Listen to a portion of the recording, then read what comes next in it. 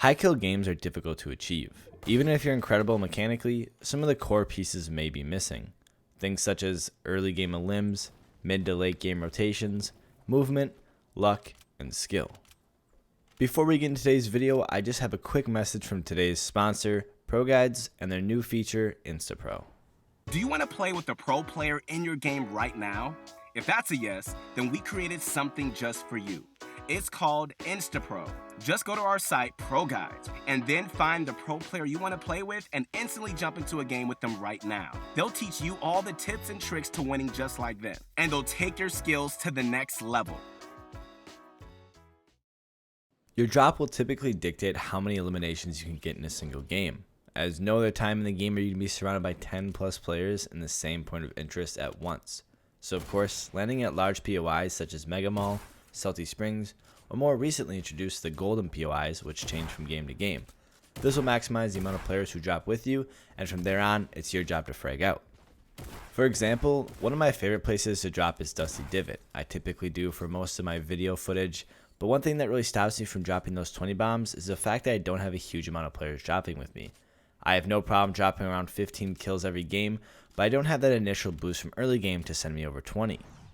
But that doesn't mean a lonely drop will stop you from dropping those 20 bombs, but it won't be easy.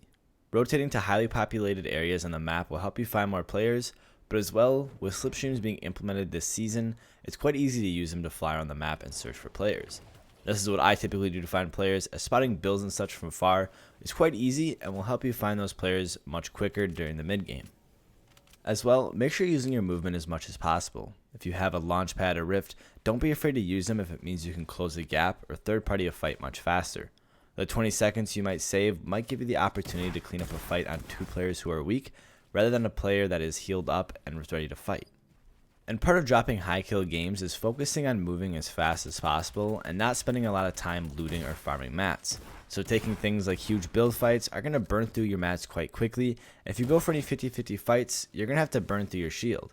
So running through players as fast as possible with as little of your resources spent is huge, because if you run into someone later on and you have low mats or no shield, you're going to have a much harder time eliminating them and keep moving. One thing I see a lot of players do when they're going for high kill games is they'll just throw themselves at players and make dumb plays to secure the elimination, but at the same time burning through all the mats and shield that we talked about before. Don't let your skills slip away in turn for one elimination.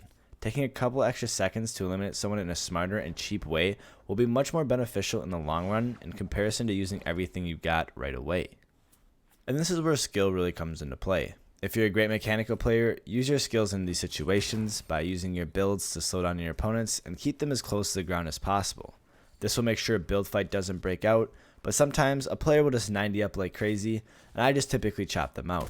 That way you can make sure the fight doesn't go too high, and from there, make sure you gain some control of the walls and make some edit plays on them, using them to your advantage to protect yourself and also putting your opponents in uncomfortable situations. Sometimes you get lucky in certain lobbies, and other times you're going to have 20 players alive after the first zone closes, and your chances of dropping a large elimination game is basically going to be thrown out. There's nothing you can do in these types of matches, but even if the player count is low, that means they're going to be spread out pretty far, and even if there is only 20 players alive, if you're fast enough and you rotate the correct ways, you're going to end up eliminating a good chunk of these players if you do it smartly.